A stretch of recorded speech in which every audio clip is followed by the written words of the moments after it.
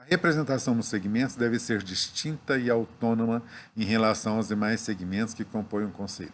Por isso, um profissional com cargo de direção ou de confiança na gestão do SUS ou como prestador de serviço de saúde não pode ser representante dos usuários ou de trabalhadores. O que significa isso, gente? Nós não podemos ter um segmento se sobrepondo ao outro. Vamos dar um exemplo. Eu sou presidente da APAI, aqui em Sinop. Então, tudo bem, eu sou um usuário. Tá, mas eu sou coordenador do Serviço de Saúde Bucal da Prefeitura. Gente, eu não vou estar representando no conselho, sinto muito, a APAI. Eu vou estar representando a gestão.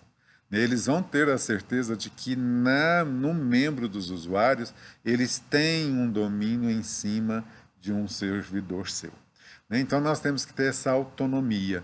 A gente não pode ter nenhum cargo de direção, nenhum ocupante de serviço, prestador de serviço, representando os usuários. Vocês entenderam isso? É muito importante, a gente perceber que não pode ter gestor, não pode ter prestador disfarçado de usuário. Meu usuário tem que ser genuinamente um usuário, ou seja, ele não pode ter nenhuma relação com a gestão ou com os prestadores de serviço. É mais ou menos isso. É bem simples de entender. Espero que tenha ficado bastante claro.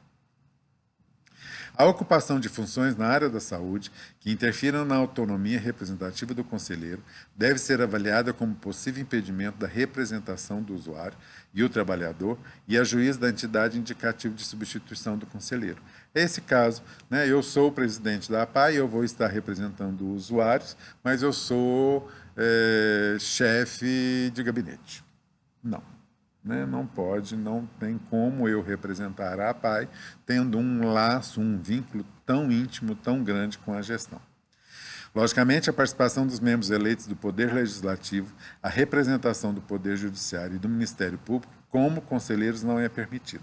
Nós não podemos ter nenhum membro do Judiciário, nenhum do Ministério Público e nem tampouco os vereadores como membros do Conselho. Logicamente que são instituições que podem ser parceiras do Conselho, se assim ele desejar e se assim ele se aproximar. Mas nós não podemos ter um vereador representando, por exemplo, uma comissão de bairro. Ele é vereador e não pode ser, e não pode participar do Conselho. Ficou bem entendido, São conselhos, são instituições com poderes muito diferenciados e, logicamente, não podem exercer esse poder dentro do Conselho de Saúde. As principais atribuições dos conselheiros, e aqui a gente vai só pincelar, mas para ter uma ideia de qual é a importância do Conselho de Saúde. Atuar na formação e no controle da execução das políticas de saúde, incluindo seus aspectos econômicos e financeiros, e propor estratégias para sua aplicação aos setores público e privado. Gente, é muito importante lembrar que o Conselho deve aprovar toda a prestação de contas da saúde. Ele deve definir diretrizes para a elaboração dos planos de saúde. Os planos de saúde são importantíssimos, Os planos de saúde são, sem dúvida nenhuma, o governo municipal informando às pessoas qual é a sua prioridade. Então, o plano de saúde não pode ser um documento meramente especulativo. Ele tem que ser baseado na realidade assistencial, epidemiológica e também financeira. Não adianta nada você querer algo que está muito distante das suas possibilidades. Você vai estar planejando sempre o que não é possível de acontecer. Você não vai estar planejando, você está desejando algo de uma forma utópica. Não é essa a intenção do plano. O plano de saúde ele quer saber quais são os seus problemas, quais são as prioridades e quais são as possibilidades de intervenção. Logicamente que nós temos que anualmente deliberar sobre a aprovação ou não do relatório de gestão, ou seja, todo o relatório de gestão passa pela aprovação do Conselho. E o relatório de gestão tem isso, a gestão mostrar quais foram os resultados obtidos assistencialmente falando, quais foram os impactos financeiros daquilo que foi recebido e de como foi gasto. Tem que estabelecer estratégias e procedimentos de acompanhamento da gestão do SUS. É muito importante que o Conselho Municipal de Saúde esteja sabendo quais são as principais ações do gestor. né, ele tem a obrigação de acompanhar essa gestão. Logicamente, ele delibera sobre os programas de saúde, né, e essa deliberação é definição, né, se assim o conselho decidir, assim deverá ser executado. E, logicamente, ele deve avaliar, explicitando os critérios utilizados, a organização e o funcionamento do Sistema Único de Saúde no SUS. E a gente sabe que avaliar é muito importante. Avaliar não é um processo final. Nós temos que lembrar que a todo momento nós podemos avaliar e que a avaliação é, sem dúvida nenhuma, um grande instrumento, uma grande ferramenta do planejamento. Se você não avalia o que está sendo feito, você vai ter muitas dificuldades em planejar qualquer coisa no futuro.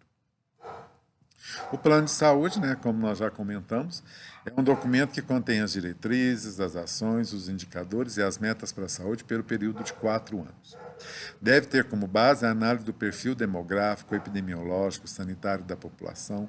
Logicamente, você tem que saber como essa pessoa vive, como esse município vive, como as pessoas que moram aqui trabalham, como elas residem, qual é a sua capacidade de adoecimento, qual é a sua capacidade de reação a esse adoecimento, qual é o acesso que ela tem, ou seja, o perfil demográfico, o perfil epidemiológico é isso.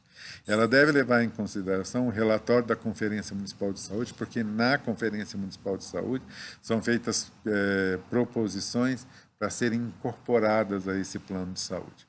E, logicamente, né, nós temos que estar observando a todo momento o que é projeto prioritário, né, quais são as redes de atenção à saúde propostas no plano de governo para a saúde, que é o plano plurianual. Né? Nós temos que ter, logicamente, também um alinhamento com a linha do Estado e, logicamente, com a linha do Ministério. O relatório de gestão, nós já colocamos, né, a importância de se prestar contas, além de constituir-se no instrumento de comprovação da aplicação dos recursos, o relatório tem a finalidade de apresentar os resultados alcançados com a execução da programação anual de saúde, orientando a elaboração de nova programação anual, bem como eventuais redirecionamentos que se fizerem necessários no plano de saúde, nas 3 esferas de direção do sistema. É a principal ferramenta de acompanhamento da gestão de saúde no município, no Estado, no Distrito Federal e da União. O que significa isso? O plano de saúde, como nós vimos anteriormente, ele faz uma previsão das ações para os 4 anos seguintes. Depois, esse plano municipal de saúde é desmembrado numa programação anual de saúde. O Ministério vai, a Secretaria Municipal de Saúde vai colocar, naquele ano, qual é a parte do plano de saúde que ela vai executar. Né? Então, nós vamos pegar um plano de saúde e dividir em 4 programações anuais de saúde. Entenderam, gente? É bem simples. E, logicamente, no final de cada ano, nós temos que fazer a relatório de gestão, que é mostrar o que foi conseguido como resultado e o que foi, logicamente, executado como financeiro. A gente vai ter a possibilidade de, né, de avaliar o relatório de gestão de Sinop, e aí a gente fica, é muito mais fácil de visualizar, de entender qual é a dinamicidade, qual é a importância desses relatórios de gestão. Lembrando que esses relatórios de gestão são importantíssimos e contam também com alguns outros sistemas de informação bastante importantes. Primeiro que é o CIOPS, que é o Sistema de Informação dos Orçamentos Públicos de Saúde. A cada 2 meses, o CIOPS tem que ser alimentado pela Prefeitura.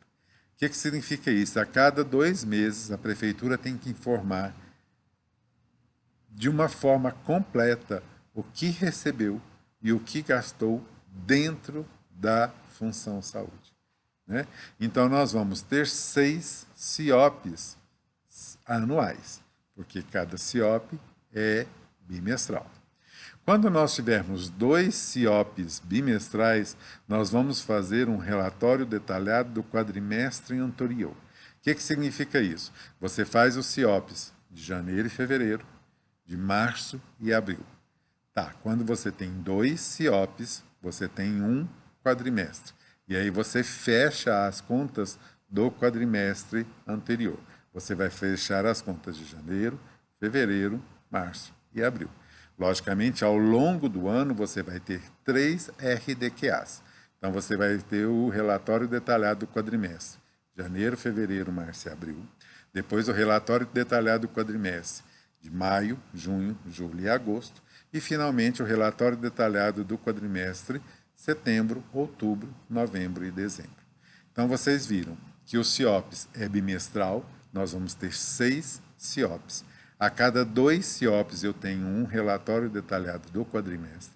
Então, ao longo do ano, eu vou ter 3 RDQAs e no final do ano eu vou ter um relatório anual de gestão, que é a junção dos 6 CIOPs, que são bimestrais, dos 3 relatórios detalhados do quadrimestre, que na verdade são quadrimestrais. Quando eu tenho 6 CIOPs, ou seja, eu tenho 3 relatórios quadrimestrais, eu tenho um relatório anual de gestão. Lembrando que o relatório anual de gestão é enviado ao Tribunal de Contas do Estado. Então, o Estado tem, ele é aprovado, ele é apresentado à Câmara, aprovado pelo Conselho e é enviado ao Tribunal de Contas. Ou seja, todo mundo sabe e vê o que acontece em cada município. A contrapartida do município, né, aquela emenda constitucional 29 que a gente falou, ele determina que pelo menos 15% dos recursos próprios do município devem ser gastos com saúde. A gente tem visto que ao longo dos anos os municípios têm gasto um percentual muito maior do que 15%. Mas a gente também tem que falar assim, gente, que gastar simplesmente não significa qualidade. Quando você vai avaliar um serviço de saúde, logicamente você avalia o que foi gasto. É lógico que existe um componente muito importante no financiamento, mas não significa necessariamente qualidade. Então você tem que, a todo momento, avaliar o serviço pelo que foi gasto, pelos resultados alcançados, mas também pela satisfação do usuário, que é importantíssima dentro do critério final de qualidade de avaliação dos serviços de saúde. Essa Lei 8.142, ela fala especificamente sobre isso, gente, ela é muito importante. Ela fala da participação social do SUS, conferência e conselho, e ela fala de todos esses mecanismos da transmissão regular e automática dos recursos para os municípios tocarem a sua saúde.